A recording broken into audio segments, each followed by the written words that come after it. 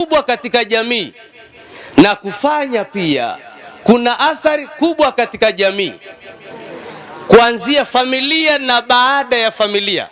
Wakawa wanasema kuwauliza wanawachuoni waliotangulia na walioandika vitabu kupitia kumuona mtu na kusema mtu na kufanya mtu. Wakawa wanauliza manujalisu, majlisi kama hizi na vikao vingine, wakawa wanauliza walikijua yana athari haya ili yawanufaishe wapate kuishi nayo. Manujalisu, wakaelekezwa wakaambiwa jalisu man yudhakirukumullah ru'yatuhu wa yazidu fi ilmikum mantiquhu wa yuraghibukum fil akhirati amaluhu. Mtu mwenye sifa hizi ndio mtu wa kukaa naye, ndio mtu wa kuishi naye, ndio mtu wa kuelekeza naye masala, na ndio mtu wa kumkimbilia. Wewe na mimi ukionekano kwenye familia yako, watu wakikuona wanamkumbuka Mungu. Wewe katika jamii yako wakikuona, jamii hiyo wanamkumbuka Mungu kupitia wewe, kwa sababu kuonekanwa kunayo athari na kunaishi. Watu watasoma wewe ni kitabu, watu wanakuona vipi katika jamii? Unayoyasema katika familia yako, kwa wanafunzi wako, kwa unaoishi nao katika mitaa yako, yanawazidishia nini katika ilmu, katika maarifa yao, yawe ni maisha yao walikiishi nayo? Kwa sababu maneno yanaishi, yanaandikika na yanasomeka. Hayo unayoyasema yanawafaa nini jamii iliyokuzunguka? Kwa hayo watu wameandika vitabu, twasoma, twaishi nayo. Wewe na mimi twaonekana vipi katika jamii zetu, tukiwa ni wafuasi wa Nabii Muhammadin, na matendo tunayoyafanya katika jamii yanaifanya jamii ile ipende akhera? Matendo tulionayo tukiwa ni wafuasi wa Nabii Muhammadin, tuko katika hadhara ya Nabii Muhammadin, matendo katika jamii yanawaridhisha na athari zile zinawafanya jamii yako ipenda akhera? Matendo yanaishi. Nahnu abnaul akhirah walasna bi abnai dunya. Twasema, twafanya, tunavyoonekana watu wanamkumbuka Mungu. Wakikuona wakati wa swala, wakikuona wakati wa madarasa, wakikuona wewe wanamkumbuka Allah. Yudhakirukumullah ru'yatuhu ni moja katika wasfu hizo. Sitaki kuingia sana raghiba kwa sababu dakika 8. Ziyadatul mabna ziyadatul maana, pana raghiba na raghaba. Sasa ameileta raghaba fil akhirah amaluhu, ingelikuja raghaba anil akhirah amaluhu ingekuwa ni habari zingine. Lakini kwa sababu hiyo na kwa kuchunga wakati, Anas bin Malik, sahaba wa Nabii Muhammad, aliwaambia wenzake, innakum la ta'maluna a'mala hiya adaqu ni afa'u ni aladhu. Alikiwaambia maswahaba wenzake, innakum la ta'maluna a'mala hiya adaqu fi a'yunikum kunna na'udduha fi ahdi rasulillah min almubiqati ay min almuhlikati. Salat. Mimi na wewe tukionekana na jamii wanamkumbuka Mungu. Mimi na wewe kuanzia familia ndani tunayoyasema yanawazidishia ilmu, yanawazidishia busara, ili wakitoka iwe ni athari njema watakaoishi nayo. Mwenyezi Mungu atujalie kila la kheri. Matendo tunayoyafanya kuanzia ndani ya familia na nje ya jamii, yanaifanya jamii ipenda akhera au yanawafanya watu waikimbia akhera badala ya kuikimbilia akhera? Mwenyezi Mungu atujalie kila la kheri. Nahnu abnaul akhirah, tutaraji kwamba tukionekana na jamii tuwe ni watu ambao tunaofanya watu wamkumbuke Allah subhanahu wa ta'ala pamoja na Nabii Muhammad. Kwa baraka ya hadhara hii, Mwenyezi Mungu atujalie kila la kheri.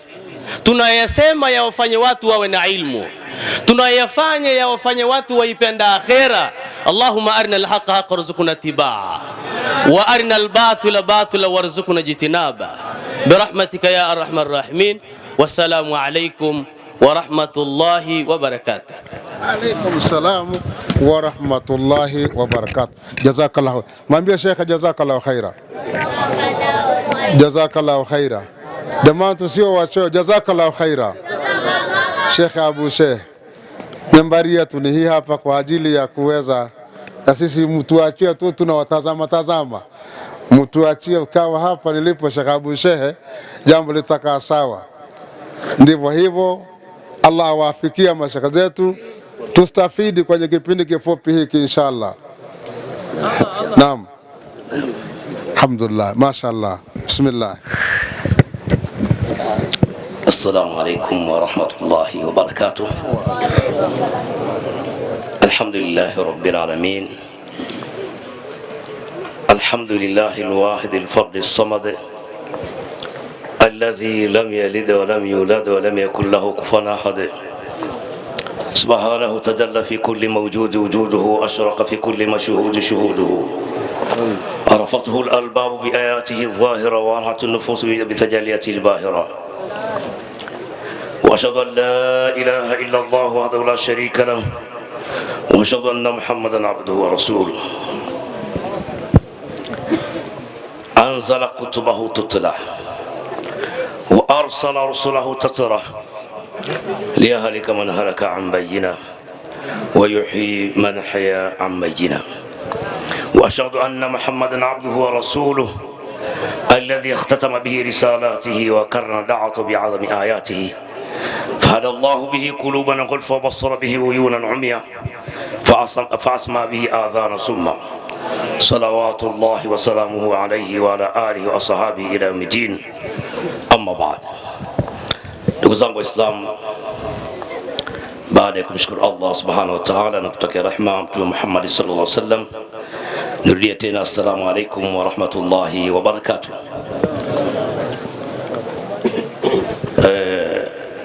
Wakati huu ni wakati mgumu sana ukilingana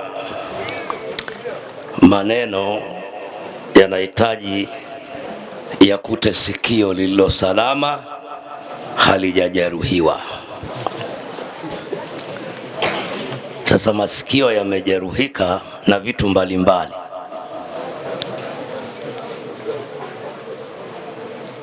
Unajua shehoja hapa amesha kwa Kirango sema aktembire mpo. Kuna kitu kinaitwa mpo. Sasa hapa na watu wale wa makamu yangu na kwenda mbele ndio watajua mpo. Sasa hapa mimi shoka langu ni kwenda kupasua gogo moja kwa moja. Mashekhe kina Hafidh wameshazungumza na wametoa baraka za shughuli na mahudhurio na kadhalika. Nitakachokifanya huwa dukhul fi sulbi almawdu', ni kuingia moja kwa moja kwenye maudhui kwa sababu muda umeenda na nimelazimika kusimama kuongea mashekhe zangu kwa sababu mimi sina kazi nyingine zaidi ya mkiniacha nitakuwa na kazi ya kula tu peke yake. Kwa sababu kwa dufu nilifeli, tajwidi nilitestiwa miezi 6 nikafeli. Sasa kama mkiacha nisiseme nitakula, nitakuwa nimetia hasara. Yaani mtu katoka Dar es Salaam na kamwana kaja kapiga ubwabwa karudi. Bora mnisimamishe tu wala hata nionekane. Sio kwamba ni msemaji sana, kazi nyingine haipo. Sasa ndo maana mimi nimekaa huku. Sio shekhe, mimi nimeepuka huko, sije mkanipa maiki ya mughani au kusomea kasida. Hapa sauti ikiwa inaweza kutoka 7. Mashehe wangu walinifunga kilemba cha kushindwa, kwamba wewe tumekushindwa na tunakufunga kilemba cha kuhitimisha, hutasoma tena tajwidi. Tumswalieni Mtume. Ndugu zangu, hebu tuende moja kwa moja kule kwa Mtume Muhammad sallallahu alaihi wasallam. Kawaida yangu nitafanya atatbiq katika zile sifa za Mtume Muhammad sallallahu alaihi wasallam. Tutajaribu kwanza kuzikopa, alafu na kukopi na kupesta. Nasema sasa mimi nitazikopa, alafu tutajaribu kuzivaa sisi kama zitatutosha. Kama hazitutoshi itabidi tujitafute. Shekhe hapa amenieleza iko wapi shehe hoja ameonyesha hata kugomba inaruhusiwa hapa mimi nilikuwa nahofia nitaanzia wapi, kumbe hapa na mimi natoaga macho kweli nikaanza kusema. Sasa kanionyesha itawezekana. Ndugu zangu Waislamu, Mwenyezi Mungu Subhanahu wa Ta'ala anasema baada a'udhu billahi minash shaitani rajim, bismillahir rahmanir rahim, wa innaka la'ala khuluqin adhim. Sadakallahu alazim. Aya hii au kipande hiki ndio yatakuwa mazungumzo yetu inshallah. Tuseme inshallah. Nahnu nu'ani ala fuqdani khuluqin الحد والموضوع ثم ثمرة فضله نسبة والواضع والاسم الاستمداد حكم الشارع مسائله والبعض بالبعض اكتفى وما دار الجميع هذا الشرف. tumsalieni Mtume.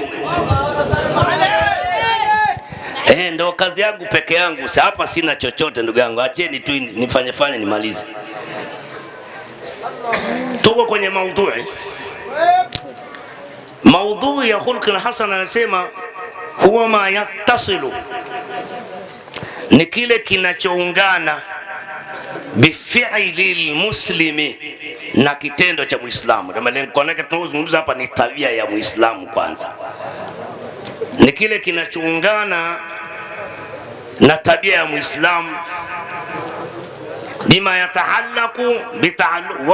yata'allaqu bita'alluqihi birabbih, na kwa kile kinachofungamana naye kwa kufungamana kwake na Mola wake, kama alivyosema ustazi hoja hapa. Wewe na Mungu una mahusiano gani? Una mahusiano mazuri na Allah, hapa ndio inakuwa tabia nzuri. Kama mtu hana mahusiano mazuri na Mwenyezi Mungu, anaitwa ana tabia mbaya, tabia yake ni X.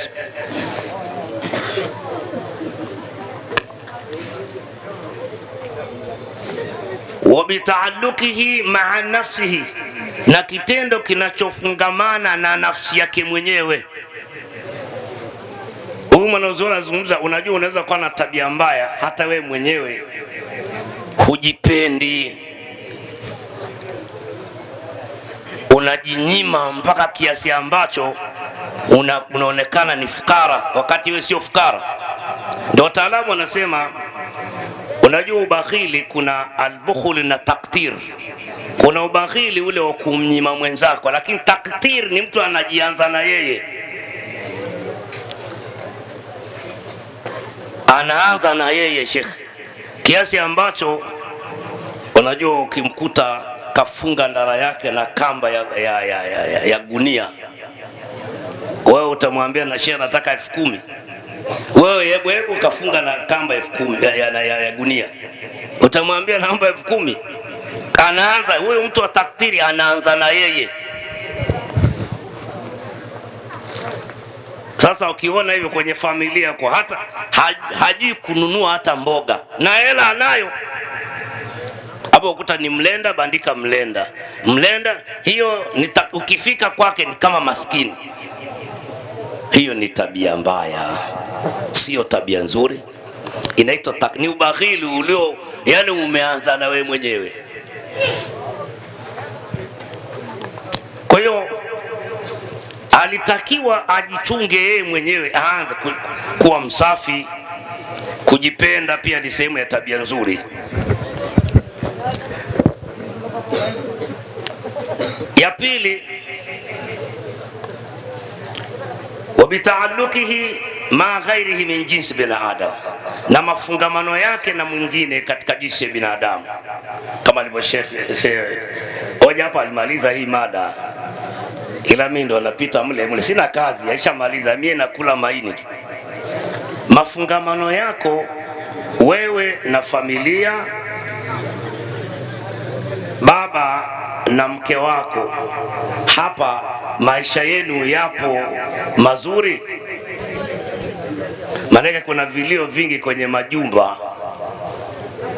Kuna baadhi ya sisi wanaume, yani akitoka kule anaweza akatafuta kasupu akapiga, vimboga vyoungwa na wakenzie kule, na anapiga akawa afya nzuri. Akiulizwa mboga nyumbani, ni mkali kweli kweli, yani ni mkali kweli kweli. Ukiwa nje mzuri, ndani hamna.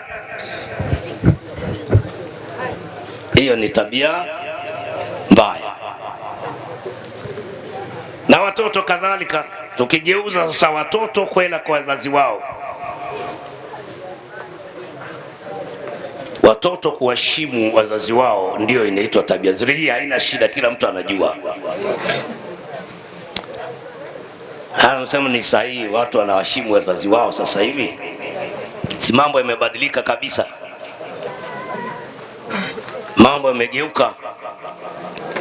Kwa hiyo namna gani anaishi na familia yake, na namna gani mke anamwendo mume wake.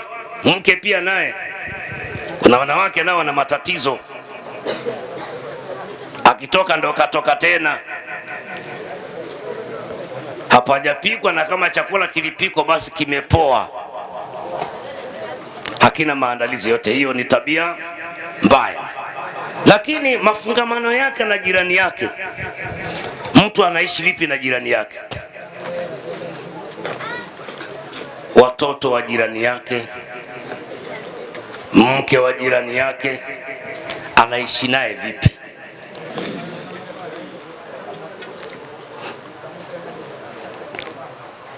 Kijana mmoja, tumsalieni Mtume, zama za Mtume Muhammad sallallahu alaihi wasallam, najua Mtume alifanya kazi kubwa. Kijana mmoja alikwenda kwa Mtume Muhammad sallallahu alaihi wasallam. Unajua alienda kumwomba nini? Aliomba Mtume amruhusu akapumzike kidogo na mwanamke, akafanya mapumziko. Tumswalieni Mtume. Maana yake hiyo imeandikwa, mimi hapa nimepoza tu. Akafanya mapumziko, hajaoa lakini kijana. Sasa Mtume hajamwambia ondoka mpumbavu hapa. Mtume aliangalia hapa huyu tabia hana nzuri, akamwambia hivi, wewe una shangazi yako? Anasema shangazi yupo. Sasa unaonaje kama kuna kijeba akatokea anapumzika na shangazi yako na baba shangazi hayupo? Anasema hiyo itakuwa mbaya. Sasa basi nayo anaweza akawa ni shangazi ya mwenzio.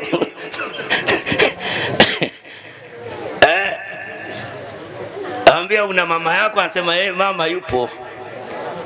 Sasa unaonaje mama yako kama kuna jamaa lingine tu sio baba yako limeenda kupumzika na, itakuweje kisaikolojia? Lakini anasema hiyo itakuwa mbaya zaidi. Anambia basi wenda huyo unataka nikupe idhini nikuandikie ni mama ya mtu. Wewe una dada eti Sasa unaonaje dada yako aende bila gharama yoyote? hujapata hela ya posa, hujahesabu mahari, jamaa katungua juu kwa juu, unasemaje? Nasema itakuwa mbaya zaidi. Basi nasema ndio hivyo ndugu yangu. Kwa hiyo na sisi ndugu zangu, wakati tunakatisha mitaani, wakati umemwacha dada yako kule, unahofia majamaa yasibamie, alafu wewe unachungulia dada za watu, elewa wataalamu wanasema hiyo katika deni ambalo halilali ni hilo shekhi.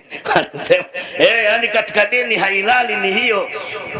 Ukienda na dada ya mwenzio, jua kwako huko, we kama ulipeleka gesti, huyo ni awiriao. Huyo itakuwa ni kwenye mchanga tu hapo, atadhalilishwa kweli kweli. Sasa kama hutaki familia yako ndugu zako wadhalilike, jiweke mbali. Tumswalieni Mtume. Mimi najua mtanitunza kwa sababu nasema mambo ya watu vitu vya watu sisikia Allah. Jamani, haya sio mambo ya rohoni. Watu hawajasuuzwa roho, sio? Lakini ngoja niseme, kwa sababu si kazi yetu hivi kuteseka tu, wala hata 100 haipatikani. Unajua kuna siku tutageuka kama Sheikh Umari kujiombea hapa. Tunanyamaza tu, lakini kuna siku tutasema hapa tunataka hela. Sheikh Wazi alisema hapa bana, mimi nataka kuondoka, nipeni hela haraka haraka. Mafungamano na familia jirani. Rafiki yako unaishi naye vipi? Hiyo ndio tabia nzuri. Lakini leo sivyo hivyo ilivyo shekhe. Mambo yamekuwa ni tafrani, na hizi simu tena ndio imekuwa hakuna kitu kabisa. Yani hapa sisi tunasema kwa kiwango cha daraja la watu walipofikia, yani mimi wananiona kama mtoto anaongea. Yani ni wakubwa kweli wale. Huyu anazungumza pointi gani tena? Huyu hata tupata kwa mawaidha kama haya, huyu mimi hawezi kunishawishi kabisa. Tumuogope tu Allah. Mimi sinafikisha ujumbe tu, tumuogope Allah, huo ndio hakika. Na wabitaalluqihi ma yuhituhu min alhayawan waljamadat, na yale mafungamano, kitendo kile ambacho mafungamano yake na wanyama ambao tunaishi nao hapa. Kuna mtu leo, unajua hawa paka ni viumbe tu, lakini mtu akiona na kuchukua jiwe kabisa. Kuna paka wanakula kweli, wanakula kuku, lakini kuna paka yuko ndani ya mtu, anasaidia kupunguza habari za panya. Yeye ana hasira naye, akimwona anafikiria ni jini. Jini paka atakuwaje? Paka ni paka, jini ni jini. Jini yule kumwona wewe, ukimwona jini si unaanguka tu, shekhi. Tusiobuguzi wanyama. Sasa nimezungumzia paka, lakini hata mbuzi tu shekhi. Muda hapa hamna muda, mimi nimeondolewa huo. Hapa wanataka ukalale, we lala tu hapo. We hata hapo kutoka mwanzo ulikuwa usikilizi.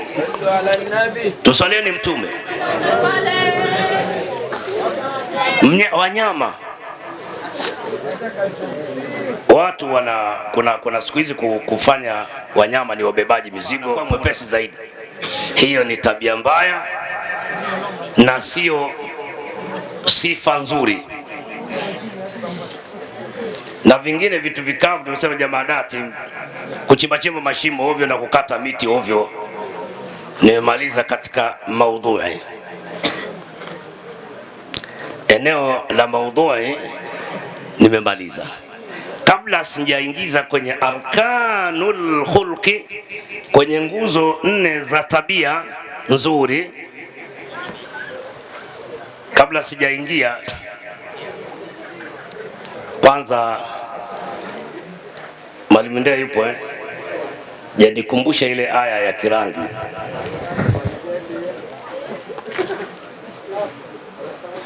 Aya ya Kirangi inasema nyunyu ne sangasa ya weru.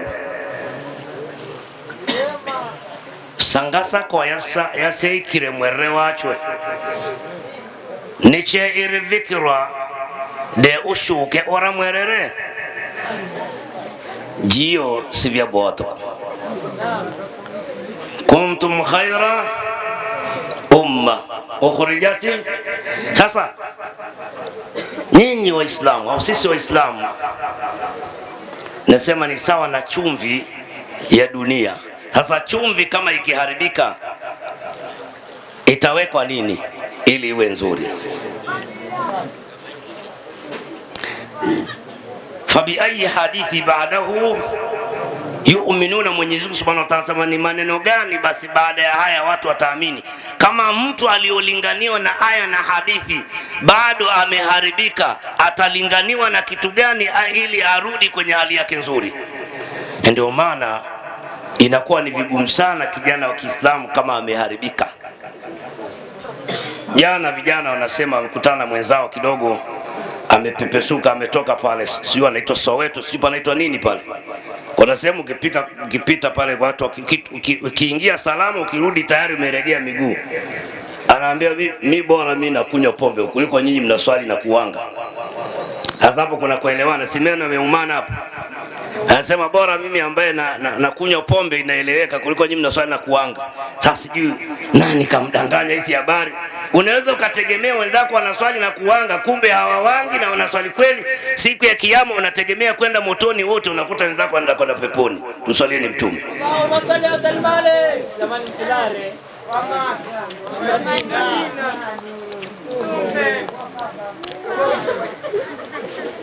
Kimuriko chakoriwe ne kiangwi cheve kwa sika kunorekerwa na ningo ya kwenga tuku.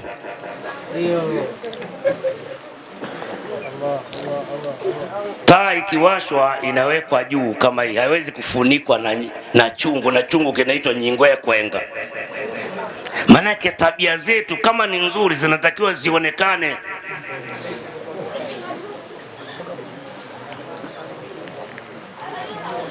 Wanasema amusimu kuisima na Mafarisayo. Hina nukuu Biblia kirani, mtanisamea hapa, lakini maneno ya Mwenyezi Mungu inshallah mtanisamea.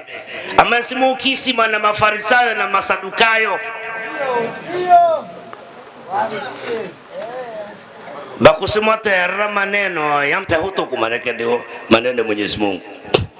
Amumukiria munyoyo sasari ya Mulungu. Yani nyoyo zenu mbona mzikisikia maneno ya Mwenyezi Mungu zinakuwa nyeusi?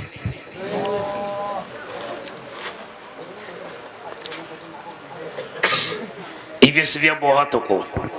Waloki veki komi na teriri masiare rempeo sakunalo ya nyuni nkulu. Nina malizia kwa sababu hapo tena nikienda kwenye arkani hizo nitapiga tu. Yani watu tuwe kweli, tusiwe na msimamo kweli, kwa sababu pepo yetu huko konalo ndo pepo. Kwa wale ambao wasiojua Kirangi, konalo pepo kwa Kirangi inaitwa kunalo. Kunalo.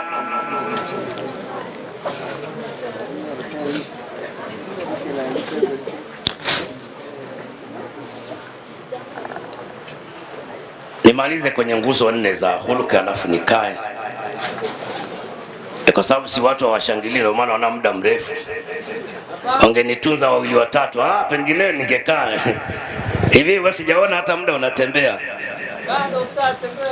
Basi haina shida. Na mimi nilipitia ukuruti kidogo kwenye miguu na kauskari.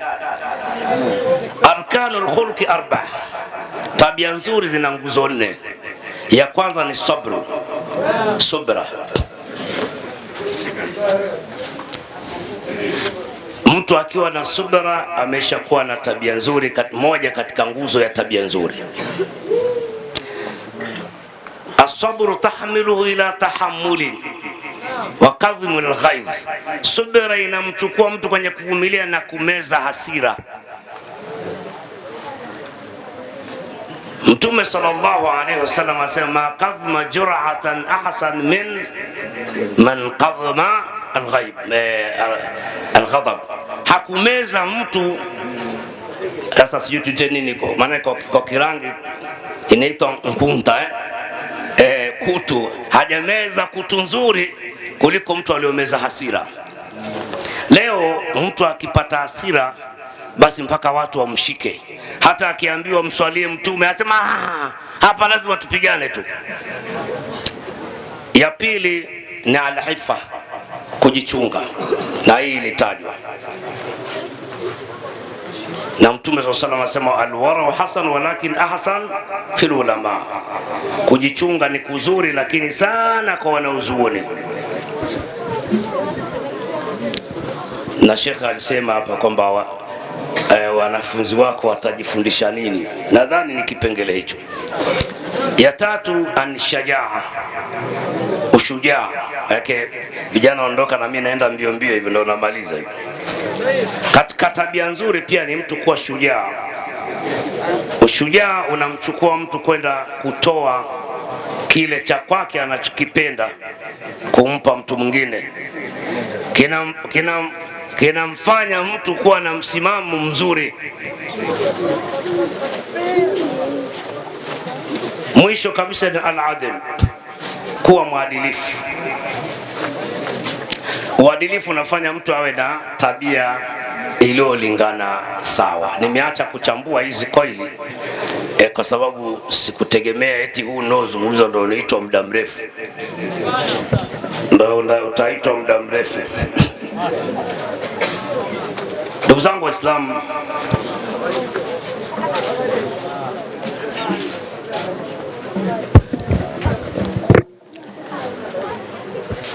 kipande cha kati kinazungumza kwamba ushujaa utamfanya mtu asiwe muongo,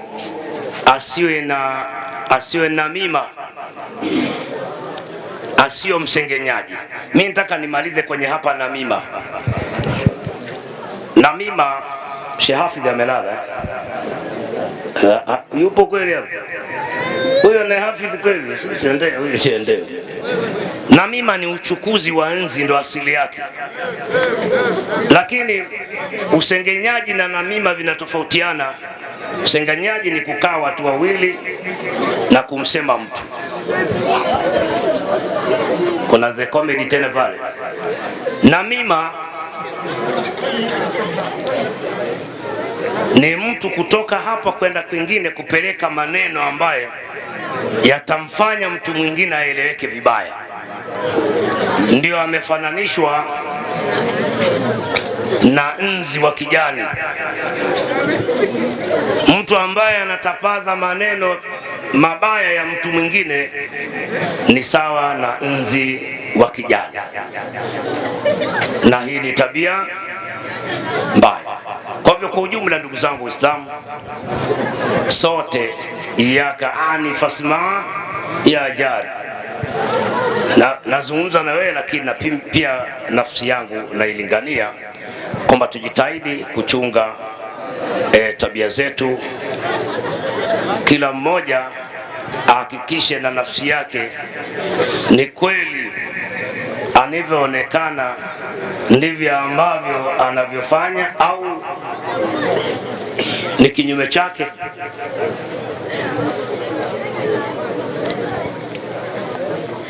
Kama sivyo basi, na hata juzi nilizungumza, kuna vitu ambavyo huwezi kuambiwa acha, utabidi ukae mbali. Insana la nafsihi basira.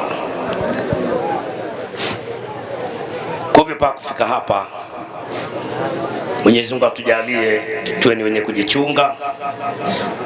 Mwenyezi Mungu atujalie kuwa ni wenye subra. Mwenyezi Mungu atujalie tuwe mashujaa pia. Mwenyezi Mungu atujalie tuwe ni waadilifu katika kila namna, kwa sababu ndiyo tabia nzuri. Mpaka kufika hapa nikome. Dua ilishaombwa na Sheikh Hoja. Mimi niseme tu assalamu alaikum wa rahmatullahi wa barakatuh. Wa alaikum salam wa rahmatullahi wa barakatuh. Wa alaikum salam wa rahmatullahi wa barakatuh. Wanabaki mkeka. Inshallah, hebu tupate kaswaida kutoka Shamsul Huda. Baada ya hapo inshallah kiteto, na baada ya hapo ni mlango kiamu. naomba tuende na muda kwa sababu tumesema mwisho saa 7 na sasa hivi saa 7, tumia dakika 5. Maliza. قد فاز من صلى على الحبيب محمد. قد فاز من صلى على الحبيب محمد. صل وسلم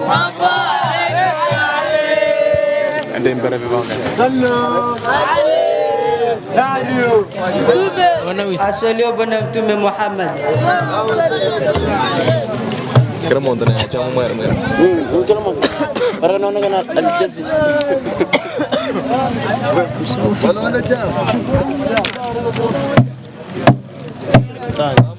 Kamera sahihi. Aman. Bemwani. Cheka.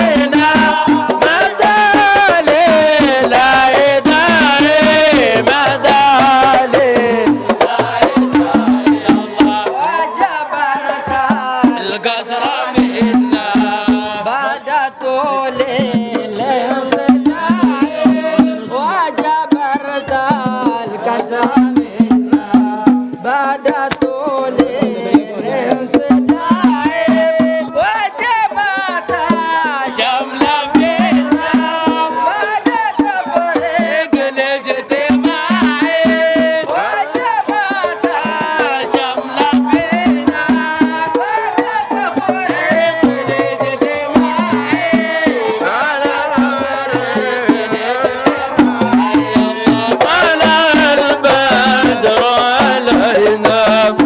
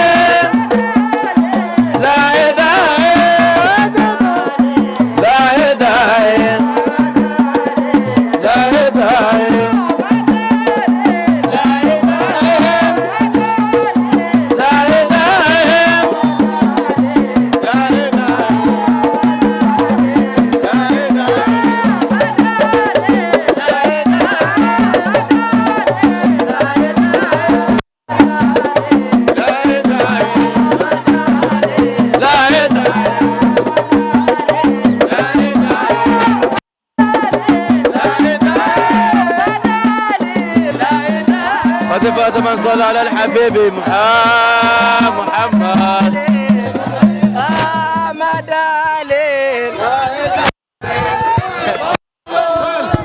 صلوا على النبي.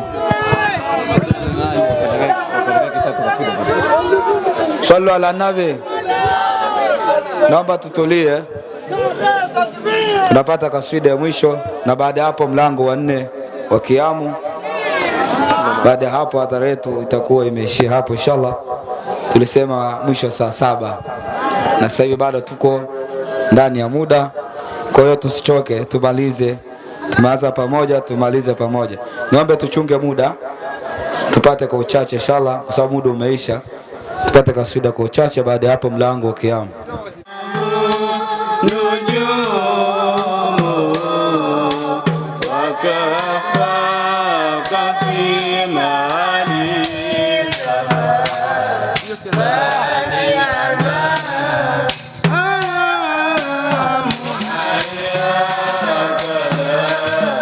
خير البريات قد بدا يحكي بدر أسياه نجوم وكفاك في معاني زمان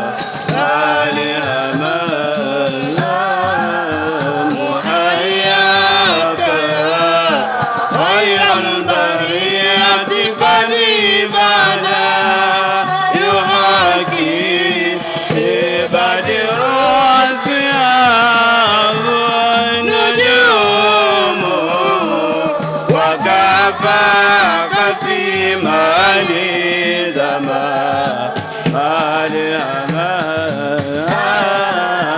محياك خير البريات قديما يحاكي بدر نجوم وكفاك في معاني الزمان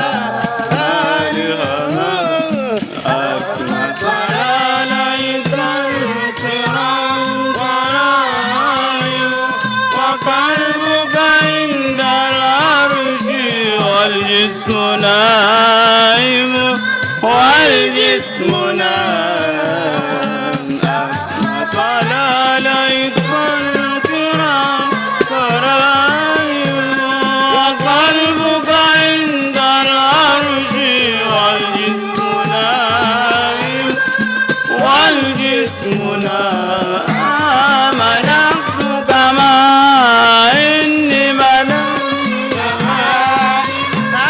ومن جاء بالظاهر الرمام يقول لكتك ما إني بوجهك قائم ومن جاء بالظاهر الرمام يقول لك الله لك الله لك الله وعداني مراريما معلما لك الله لك الله لك الله وعداني مراريما معلما فلم تشتكي في داري يوما تعلما صبت على دنيا فرقت مسلما ألم تشتكي في داري يوما تعلما صبت على دنيا فرقت مسلما لم تشتكي في داري يوما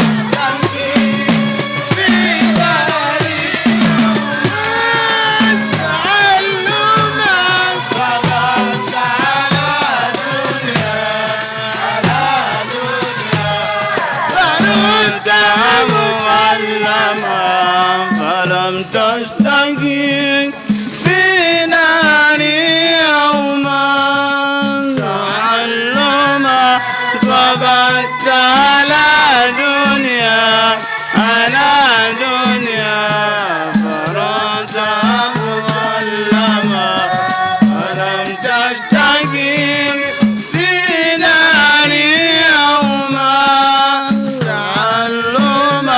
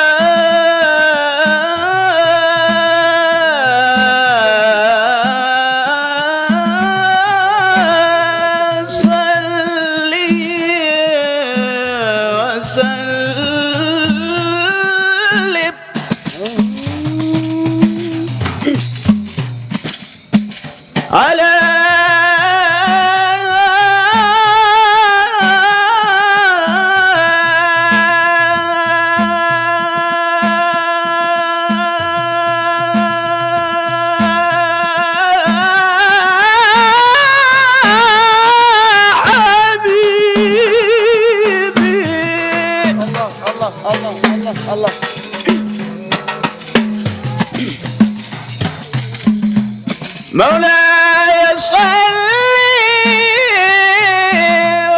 وسلم على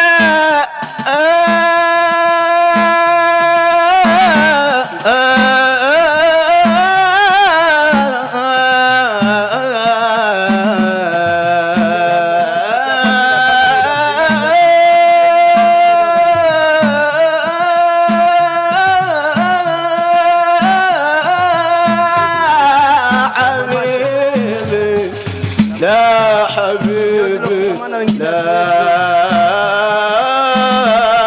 حبيبي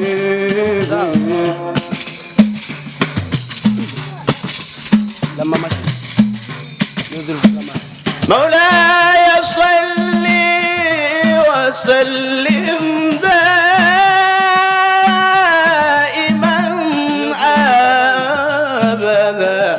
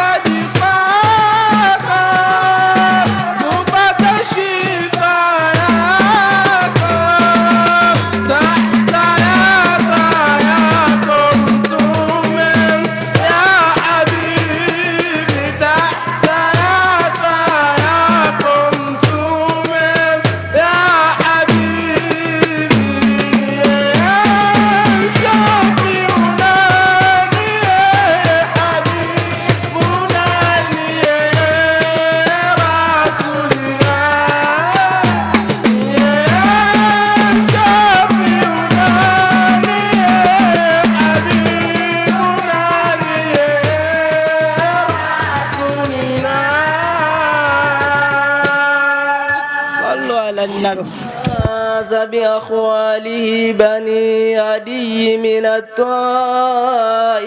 النجارية ومكث فيهم شهرا سقيما يعانون سقمه وشكواه.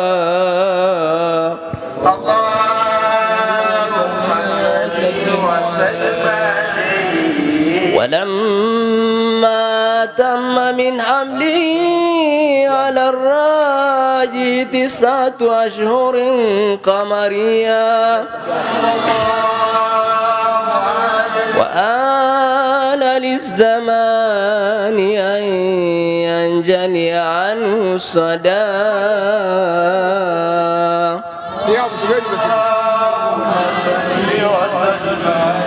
حضر أمه ليلة مولده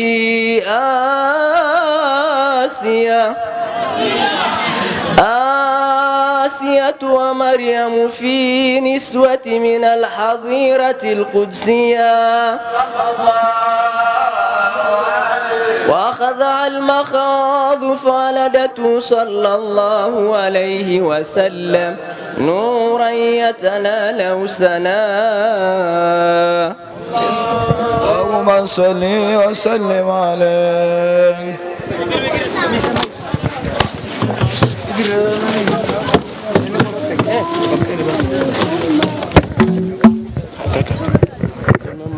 Ida, mana kita?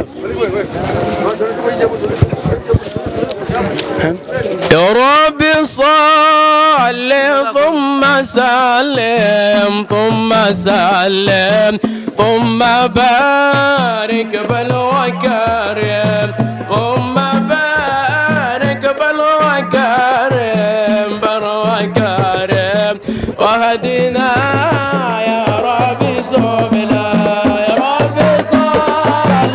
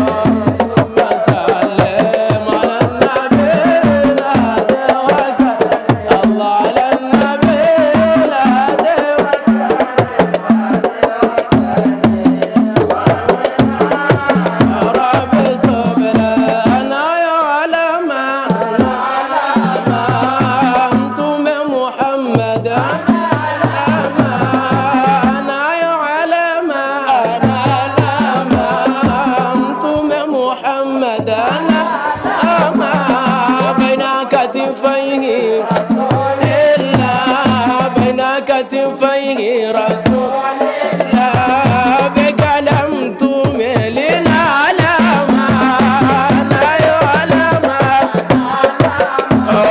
أنتم محمد بن علامة أنتم محمد بن كتفيه رسول الله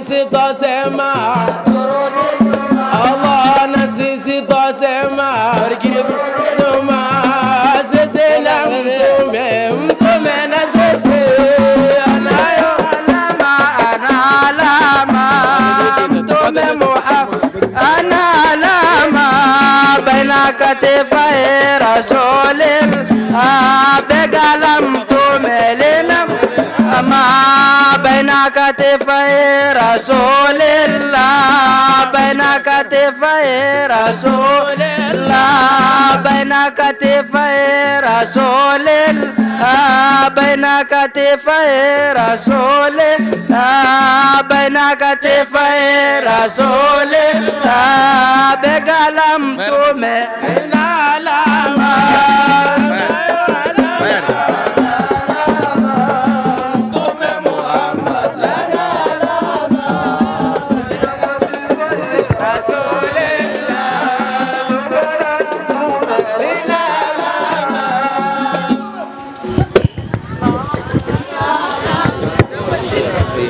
ومحيا كشمس من كمضي أسفرت عنه ليلة غراء،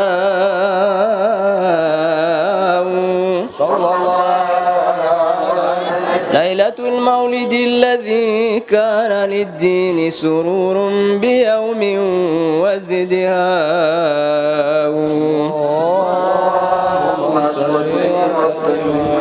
يوم نالت بوضعه ابنة وحب من فخار ما لم تنله النساء،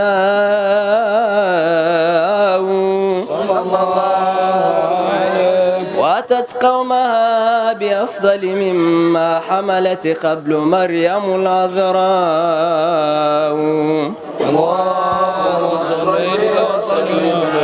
مولد كان منه في طالع الكفر وبال عليهم ووباء،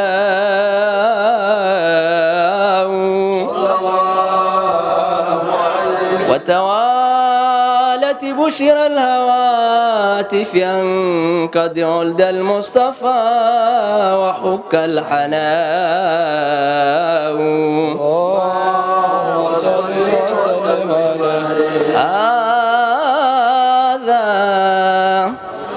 هذا وقد استحسن القيام عند ذكر مولده الشريف أئمة ذوي رواية وروية،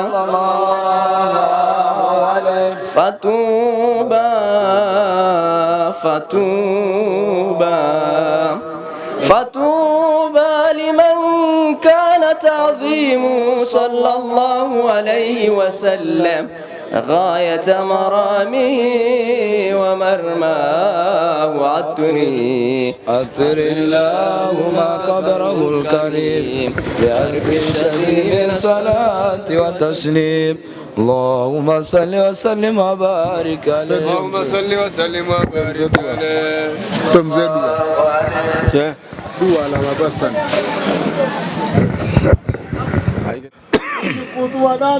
وتدني لنا من حسن اليقين قطوفا دانية جنيا، وتوم عنا ذنبي كل جنينا، وتذنب عنا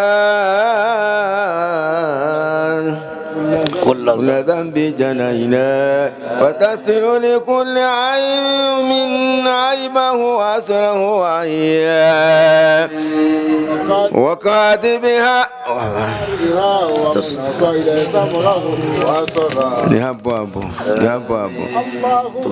وتصيلنا من صالح الأعمال مع زادرا، وتعم عنا كل ذنب، وتعم عنا من الخزائن مناهج سنيا، برحمة ومغفرة وتديم من سواك عنا، اللهم إنك جعلت لكل سائل مقاما ومزيا ولكل راج ما أمله فيك رجاء وقد سألناك رجينا مواهبك للدنيا فحقق لنا ما منك رجونا اللهم الرواة واصل الرواة ورعيا وعظم الأجر لمن جعل في هذه الخير في هذه اليوم واجرا اللهم اجعل هذا البلد وسائر بلاد الإسلام